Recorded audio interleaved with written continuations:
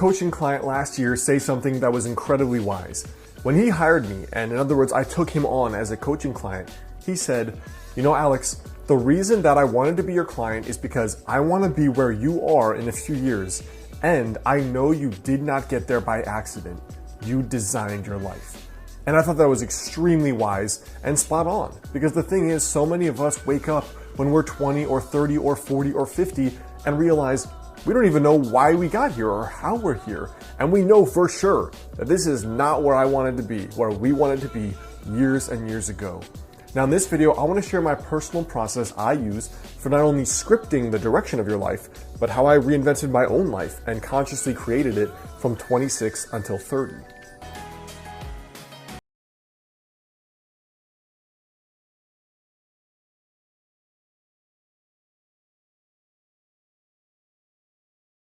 What's up guys, Alex Hine here, author of the book Master the Day.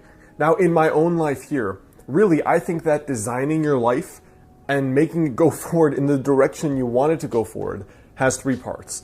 And the very first part is the design. The second part is the habits you use or you do on a daily basis.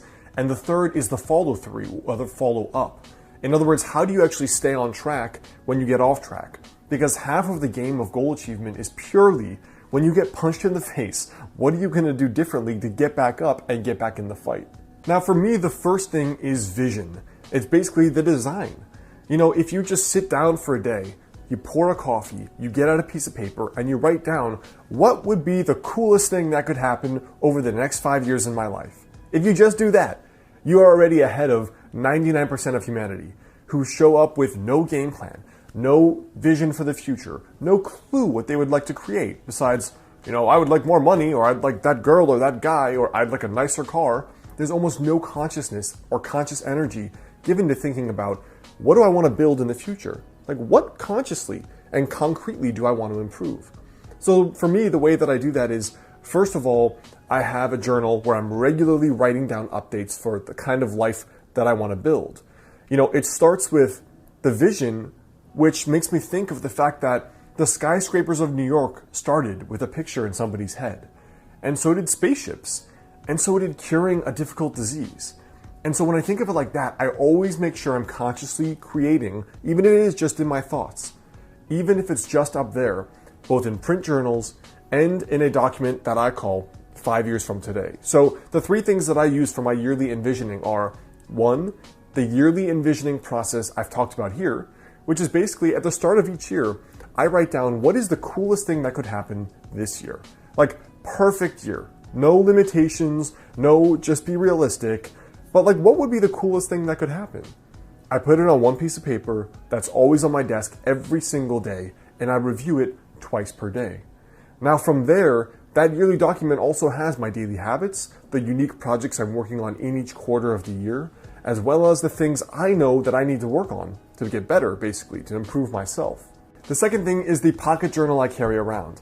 This for me is always to record things that may change about my thinking, ideas I get when I read or listen to podcasts, as well as little intuitive hunches that come up. So if I'm talking to a friend or I'm reading a book and I'm like, wow, that would be an awesome idea. For example, that's where all my books came from. Wouldn't it be cool too? ... I put it down in this little book. It's just a little 3x5 moleskin that I always carry around with me. And then day by day, I can flip through that and be like, you know what? These were those cool things I wanted to basically manifest and create in my own life. Let me just keep a note of them. The second way I do that is by doing a weekly journal page. Now the weekly journal page is just a strategy page, which I talked about in my recent video on journaling for success.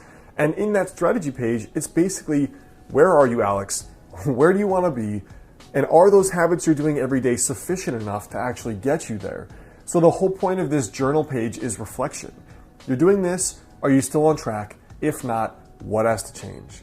And then finally, I have this little journal notebook, a digital notebook in Evernote, and it just says 5 years from today.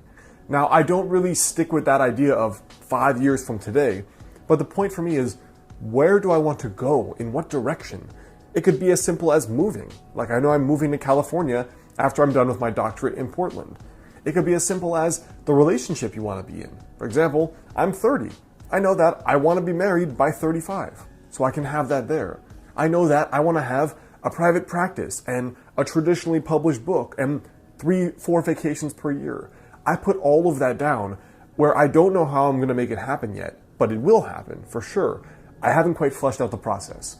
The point is that you're putting trajectories in your brain and in your subconscious.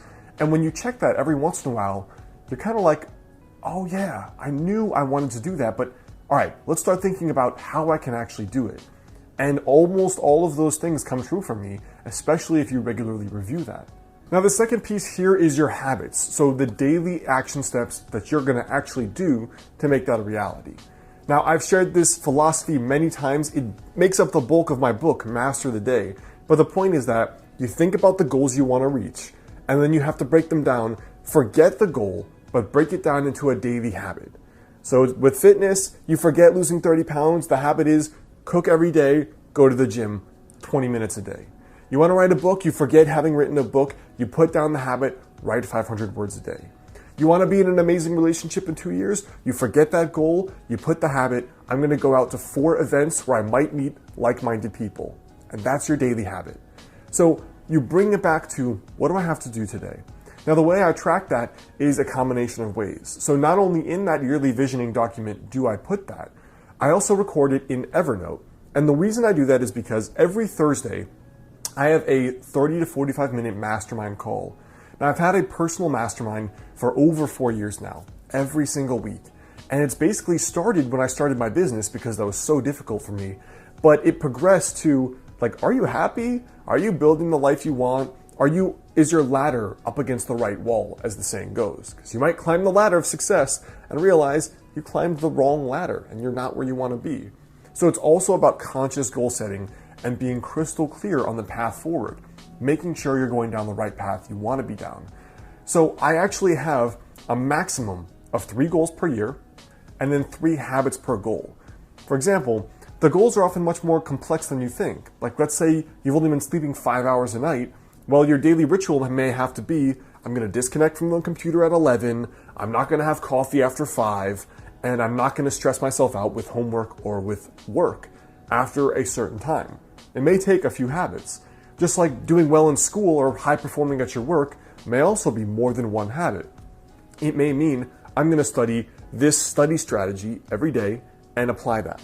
Or I'm going to do an extra 1 hour of work per day or self-study or something else. The way that I personally do it is just 3 habits per actual goal. And those I track in a weekly scorecard document, which is, these are the 3 things, did I do them Monday through Sunday? And then when I get to my Thursday night mastermind, we all get on the phone and I basically give a report. I did this 50% of the time, 90% of the time. This is what didn't work. This is what I have to improve. And then the third part for me about consciously designing your life and going forward is really just 2 things. It's the follow through to make sure you actually do these things. And then number 2, it's following little intuitions about when you have to pivot. So the way I keep the follow through going is every night I do a little Master the Day journal page. The journal's not out yet, but I still have a print kind of document that I use for tracking, did I do this? Where do I have to improve myself? The Thursday Mastermind, which is a 45-minute call, we use Uber Conference for free. You could do the exact same with a few of your friends or people online. My very first mastermind was totally online people I had met that were other internet entrepreneurs.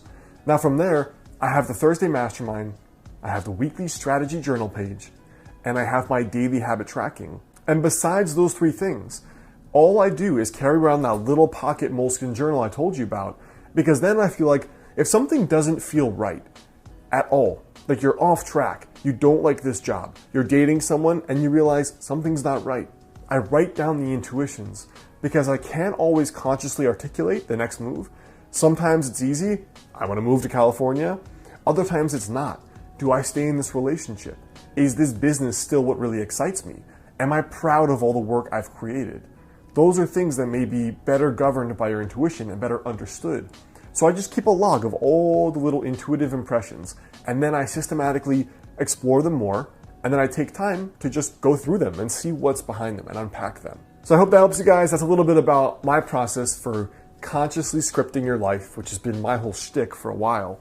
And that's really the thing that made the biggest difference for me, going from 24 or 25, where I had done nothing impressive with my life, very average student, hadn't done much besides traveled, to now really contributing and producing a lot and having had a productive life the last 5 or so years.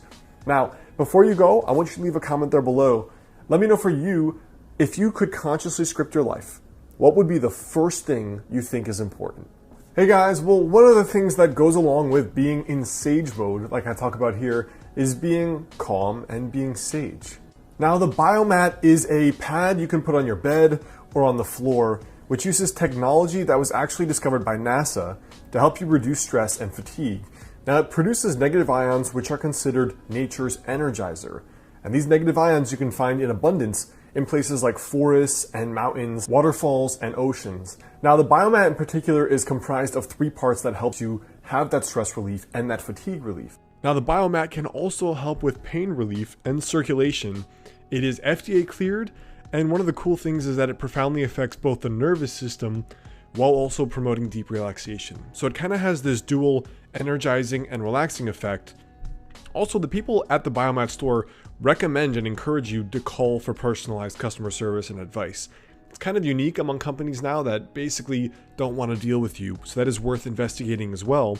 And like some customers have said, it's really restorative. So a direct quote from one person was that it's the world's greatest power nap. Check out the biomat link here on the screen or in the description box there below if you'd like to find out more information on it.